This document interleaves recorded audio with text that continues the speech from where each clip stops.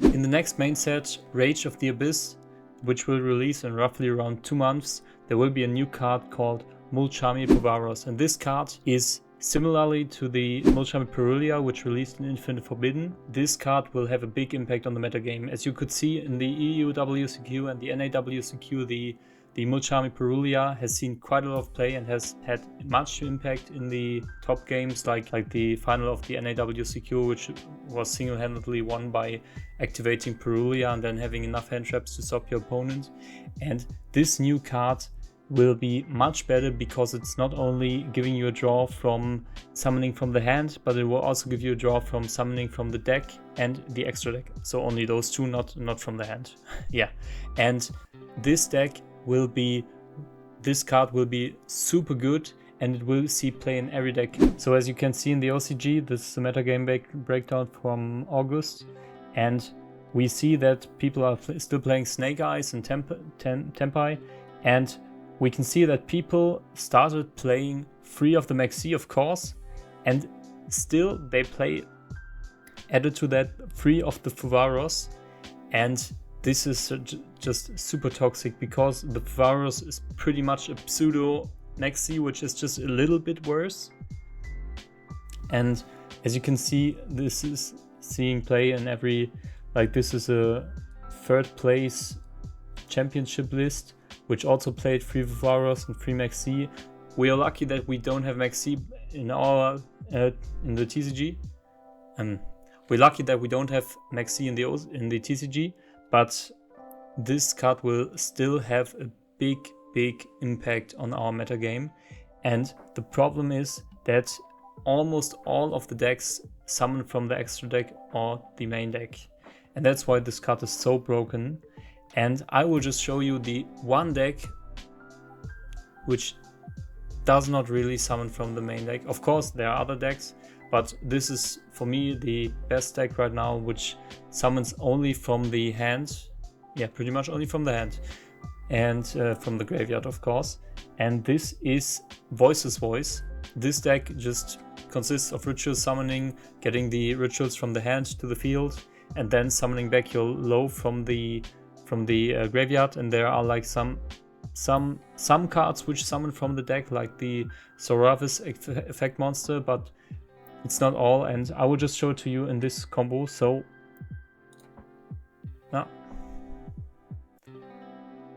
so we've got the combo right here. This is just a typical starter, which is just low and 5 cards without any engine. And we've got I just showed the Puvaros and the Purulia here. So this will basically go on by just doing the standard combo, which summons from hand, adding the Saphira, and then just using the Saphira, getting the ritual spell in graveyard and at the Skull Guardian, then activate its effect to summon from the hand, and then this will get back the low will get back itself, and then the Skull Guardian will search the Soravis.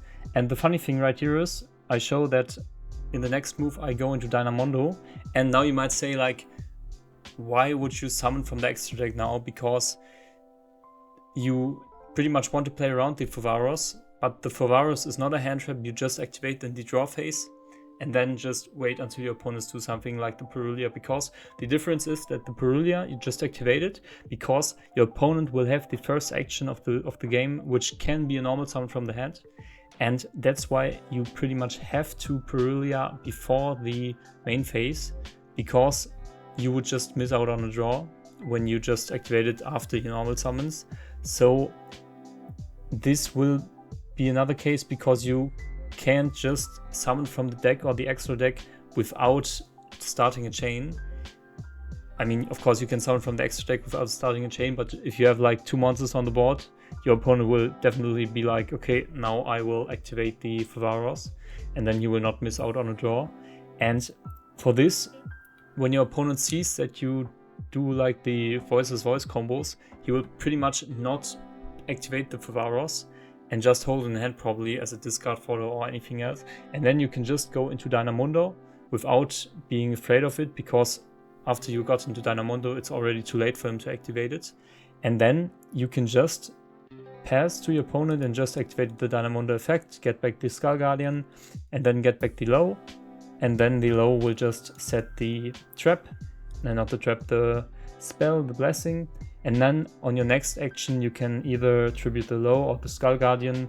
It's pretty much up to you if you want to keep the low for the targeting protection, or if you want to keep the Skull Guardian just for the attack. And then you pretty much just activate the effect, like if your opponent normal summons or special summons. And that's pretty much how you play around this. Of course, this deck on the other side just loses to Mulcharmy Perulia because it's not that hard because you only summon twice. So you're giving your opponent one extra draw when he activates Perulia, but I doubt there will be many people main decking the Perulia if there is a better option, which definitely is the Ferraros, because the Voiceless Voice deck is one of the only decks. Of course, Flunderies is one example, which does play completely around the Ferraros, but I mean, if you have the choice between Flunderies and the Voiceless Voice, I do think that Voiceless Voice is the better deck, and that's why I do think that Voiceless Voice as a mid-range deck will be pretty good next format. Yeah, that's it about the video. Please let me know your opinion on that, and have a nice day.